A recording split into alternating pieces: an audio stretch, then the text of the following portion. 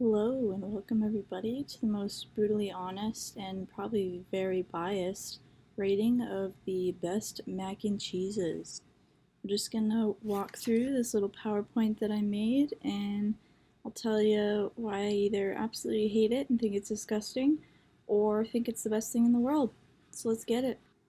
First on the list is the Kraft Macaroni and Cheese Deluxe White Cheddar and Garlic Herb. Now, I have a personal vendetta against this mac and cheese. The first time I ate it, I wanted to puke, and I still am scarred by the smell of it, and actually anything else that smells similar to it because it'll just bring me back to this childhood memory. I cried while I was eating this for the first time. What happened was I begged my father to make me this mac and cheese because I was really hungry and I really thought it looked good. And I knew I liked mac and cheese, but this ended up being the worst experience of my life. I forced my dad to make it for me, and therefore he forced me to finish eating it because I wanted it so badly, and it was just very traumatic, let's just say. And so therefore, this mac and cheese is the bottom of the list, number 10. Coming in at number 9, we got the Kraft mac and cheese spirals. This one is just kind of a personal, very biased opinion. Everyone in my family likes it, but me. I think it's just because the spirals just make me mad. Like, they're just not a fun shape. I don't know. I just think that it tastes different from the regular Kraft mac and cheese, which was my favorite growing up. And so that's why I put this one very low on the list because I've just never liked it. For number 8, we got the Stouffer's Frozen Macaroni and Cheese Dinner. Stouffer's is just super bland. I've never enjoyed the flavor as I have with other mac and cheeses. Usually, when you make it, it's only like half warm, so it's kind of a guessing game of when it's going to be ready to eat. And the last point here is it kind of tastes like almost too cheesy, like they use too sharp of a cheddar. I just don't really like that flavor in my mac and cheese, but to each their own.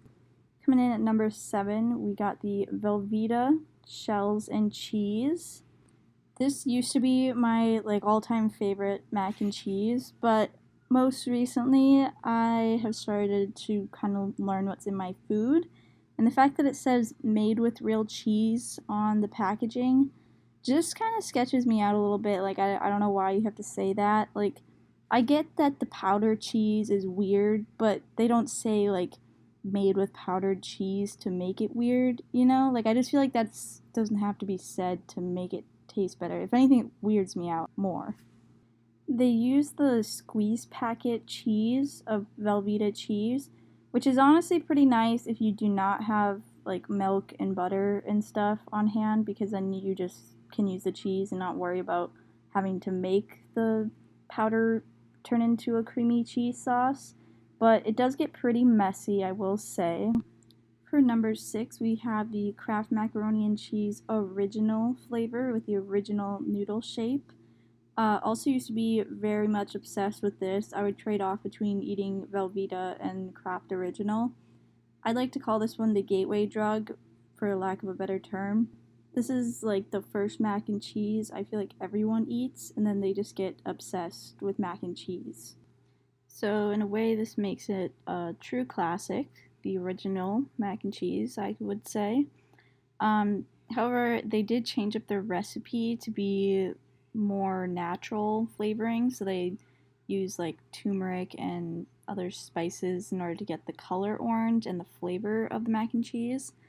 Which they said that we couldn't taste the difference, but honestly, I did taste the difference, and I like it a little bit less, and that's why it is number 6 on the list.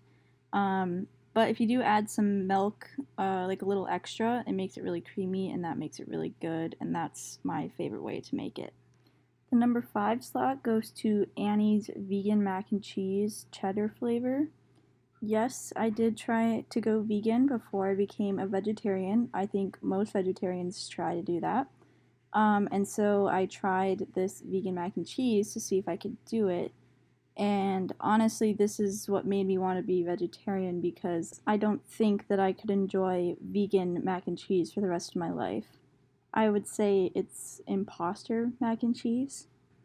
I just thought that the cheddar flavor tasted fake, and I couldn't get that out of my head that it is fake. I mean, all powdered cheese is probably fake, but this one just was really not the best. But I guess it is a good vegan option. It tastes pretty good. I'm gonna have to try other vegan mac and cheeses to make sure. I did actually find a way to make it taste pretty good, which was a lot of alternative milk and a lot of alternative butter. That way it actually has a saltier flavor. So, I mean, you can make it work. The number 4 slot goes to the Banza mac and cheese made with chickpea pasta. I thought I'd give this a try because with being vegetarian, I need more protein in my diet. It definitely tastes earthy because the pasta is made from chickpeas rather than grains. The noodles, when you cook them, become a little bit slimy, which is a little weird at first. Like I said, it's got 16 grams of protein, so that's really nice to have in your diet and get that extra. You might need to add something to spice it up to make it taste better, but I mean, it's not the best, but I mean, you're getting protein out of it, so I think the benefits outweigh the taste in a way. So we've made it to the top 3. And number 3 is going to Noodles and Company's mac and cheese. I know this is not like a make at home mac and cheese, but I was running out of mac and cheeses that I have tried myself.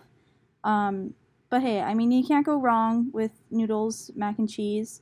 There's a lot of flavor possibilities there. I think they really nail it with the perfect cheesy goodness when you order it in the restaurant. When you get it to go, however, you need to eat it right away. Otherwise, the cheese just kind of hardens, and yeah, it would bump it down the list for sure. Number 2, we got the Kraft mac and cheese SpongeBob shaped mac and cheese. How is this not the best noodle shape? It is SpongeBob. When you cook this mac and cheese, the noodles are always al dente and a little hard, which is my favorite.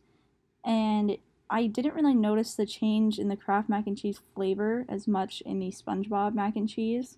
I don't know why. I think I'm just oblivious to a lot when it comes to mac and cheese. And for the number 1 slot, we have Annie's mac and cheese white cheddar flavor. I think that this is the best mac that you can get on the market. It's always the perfect combination of creaminess and cheesiness, but not too strong of a cheesiness flavor. It will never get old. I'm sure it will eventually, but for now, it will never get old. I apologize for not showing my face in this video, except for right now. I'm at work and need to wear my face mask the whole time, and I didn't think that would be very interesting. But I hope you enjoyed the video. If you want me to do more reviews, let me know in the comments.